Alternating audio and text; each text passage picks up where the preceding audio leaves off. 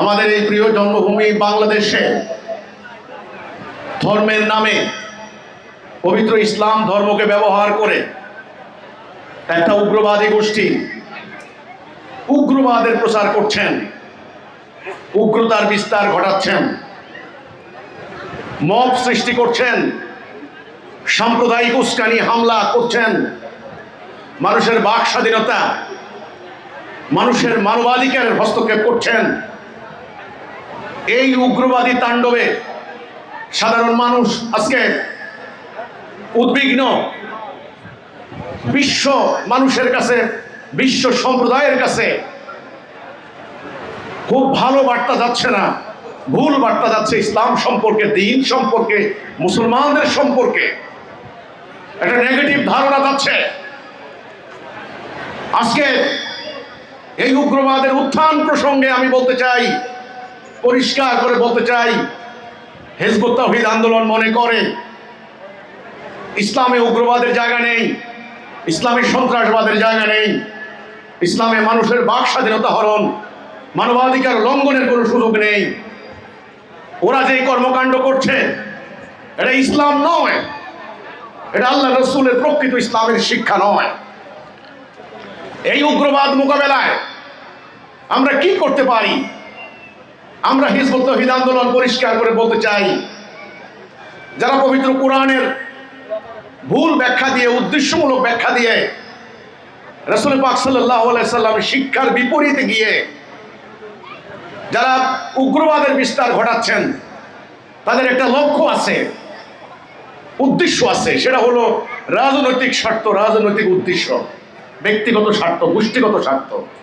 ব্যক্তিগত স্বার্থ, গোষ্ঠীগত স্বার্থে তারা ইসলামকে ব্যবহার করছেন, পবিত্র ধর্মকে ব্যবহার করছেন।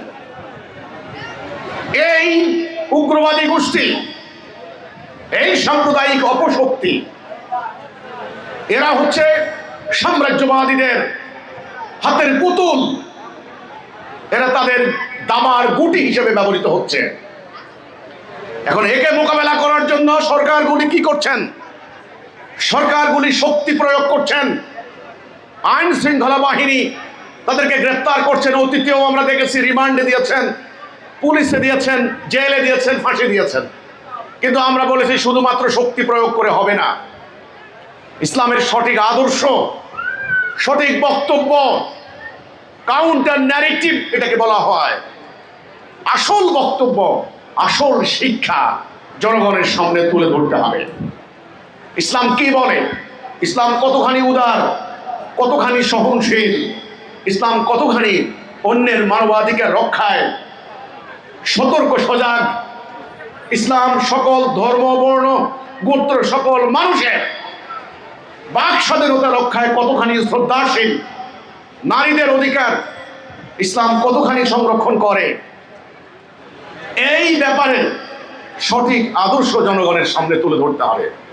আমরা বলেছি এই আদর্শিক বক্তব্য, আদর্শিক লড়াই চালানোর জন্য হিজবুত তাওহীদ আন্দোলন কাজ করছে। এই কারণে এই উগ্রবাদীরা আমাদেরকে টার্গেটে পরিণত করেছে, আমাদেরকে টার্গেট বানিয়েছে। তো কাজে আমি এখন আজকের এই সমাবেশ থেকে যেটা বলতে চাই, উগ্রবাদের উত্থানের প্রসঙ্গে আজকে বাংলাদেশের শান্তিকামী জনতা আজকে তারা উদ্বিগ্ন, চিন্তিত, বহু মানুষ আজকে ভীত সন্ত্রস্ত, আজকে তারা লাঞ্ছিত হওয়ার ভয় করছেন, তারা প্রাণ হারানোর আশঙ্কা করছেন, বিভিন্ন স্থাপনায় হামলা, উগ্রবাদী মব সৃষ্টিকারীদের হামলার আশঙ্কা করছেন।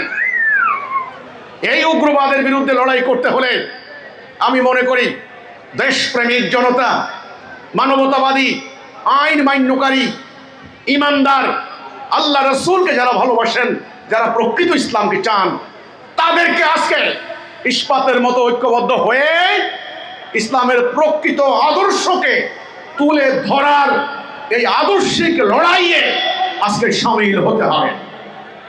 তবে ইনশাআল্লাহ উগ্রবাদের পতন ঘটবে।